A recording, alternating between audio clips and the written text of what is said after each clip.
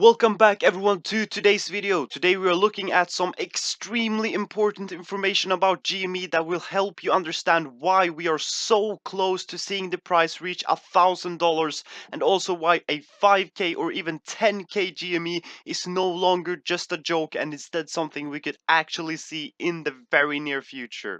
First of all, I would like to quickly apologize for not making a video earlier, but at least I did try to update you in the comments of the last video. Since the last video I did actually try making 2 videos, but none of them were uploaded. The problem is that even though my videos are very short, I still put a lot of effort into squeezing in as much important information as possible into the video, and this takes quite a while. So when I had finished a video, a lot of the information in that video was already outdated, so I decided not to upload it. I'm also going to mention quickly my last price target, of course, and I'm not going to be that guy who ignores when he was wrong, because my price target was off by pretty far already. But with the information we had back in the last video, I still believe that a price target of 300 was a reasonable goal. But in GME things change so quickly, and I did mention in the last video that the price target of 300 could quickly change into being too low or too high. And with an overflow of positive news, much more hype and enormous publicity in media, my target of 300 was easily smashed. Although if you sold at 300 and then bought a dip at 150, which I said was a great idea in the pinned comment in the last video, you would have been more profitable right now than if you were just holding. But of course it would have been better if I included this in the last video as well, because not everyone saw that comment. So I apologize for not updating you quickly enough, but at least we are here today with a brand new update and a new target. So make sure to watch all the way to the end, because I have a lot of important things to talk about that you need to hear if you're interested in GME. First of all, what I'm going to say is that because of all of the special factors that come into play in GME, all of the technical analysis become much less trustworthy. These purple lines that I have drawn out are the most important support and resistance levels. They can help us a little bit with predicting the moves, but as I said, they are less trustworthy due to this extreme situation that we are in right now.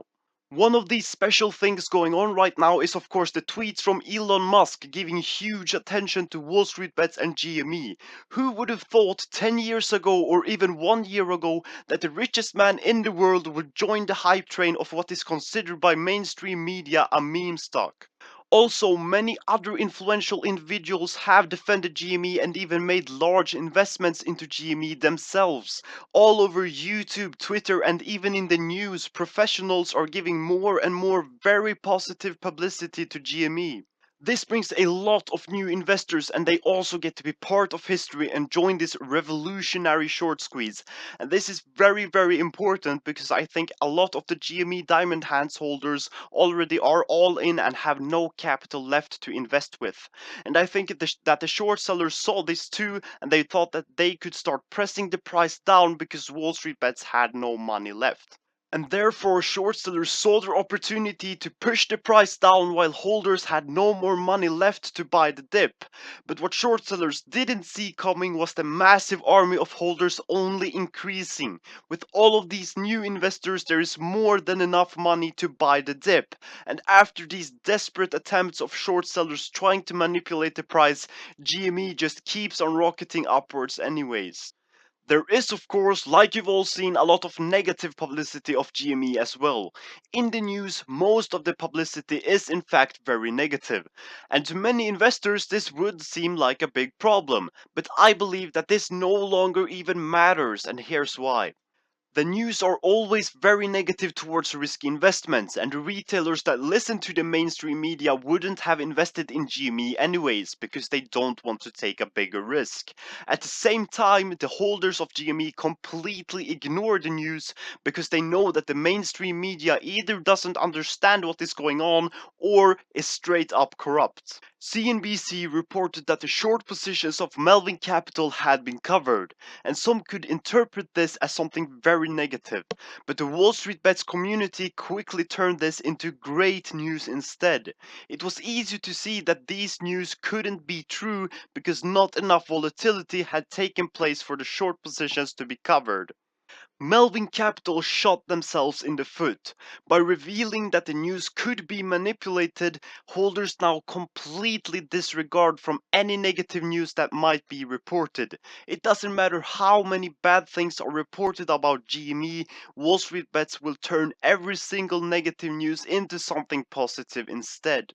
So if negative news bring more hype to GME and positive news bring more hype to GME, the question is, how could the short squeeze not succeed? Considering Wall Street Bets went from 2 million to 7 million members in less than a month, considering more and more publicity to GME is coming every day, and considering that the short squeeze is starting to trend in China and all over the world, it would seem as if our success is inevitable. And I agree, it is an inevitable victory for us, if everything was to play out in a fair way from now on. But we know already that large institutions and hedge funds, especially the ones that have shorted GME, will do anything to survive. No one knows what ugly things they might try to do to escape the short squeeze. If someone told me last week that people wouldn't even be allowed to buy GME and were only able to sell the stock, I would have panicked and I wouldn't have expected GME to even stay above $60. But even though this terrible manipulation took place, we managed to hold through the chaos. The fact that GME didn't completely crash down only shows us that the GME holders are extremely fearless, determined, and united in destroying the short sellers. The question is if these market manipulations and the large turbulence could possibly shake the holders out. And I believe that the answer is no.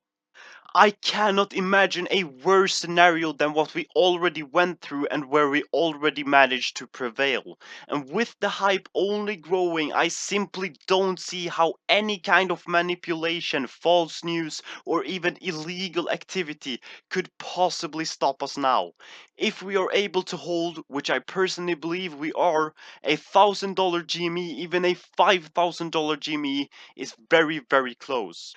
And this does sound absolutely absurd, but if there are still short positions left to cover when we are at $1,000, we are going higher. If the short interest remains high at $2,000, we are going higher. As long as there still exist large short positions, if we just hold, we will keep on going higher. We saw GME hit $500 without the short squeeze even starting. We have seen the stock price increase with thousands of percent while short sellers were actively doing everything to push the price down. Now imagine the day when short sellers are finally forced to give in. Imagine what happens when there is no one left to push the price down. Imagine how far we will surge when the people previously pushing the price down suddenly will be the ones forced to buy every single share available to whatever price we decide.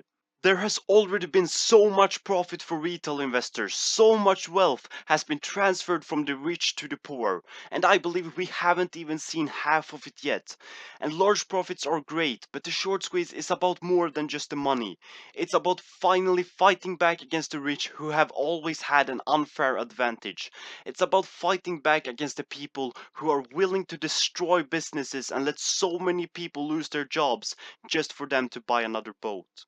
In the last video, I said that everyone will betray you to make money in the stock market, and this has always been true until now. In GME, people are willing to risk their profits just to see the guys at Wall Street burn. GME holders are willing to risk their profit in order for their fellow holders to also be able to profit in the end. My price target of 300 would probably have been very accurate in a normal stock, but GME is not a normal stock. In GME, people all over the world have united in finally fighting back against corruption. That's why my target was, as I said, off by far. But the truth is, I'm very glad it was. There is still a lot more left to talk about, but we don't have all day. Therefore, I am considering starting a stream where we instead will have all day to discuss whatever you like and also be able to watch our GME rocket take off together. If you think this is a good idea, please leave a comment down below. And as always, if you enjoyed this video, please leave a like and hit the subscribe button. Also remember that this is not financial advice. I am only sharing my thoughts on what I believe might happen. Don't invest what you cannot afford to lose. There's still a risk involved, however bullish things might look. Thanks for watching and see you next time.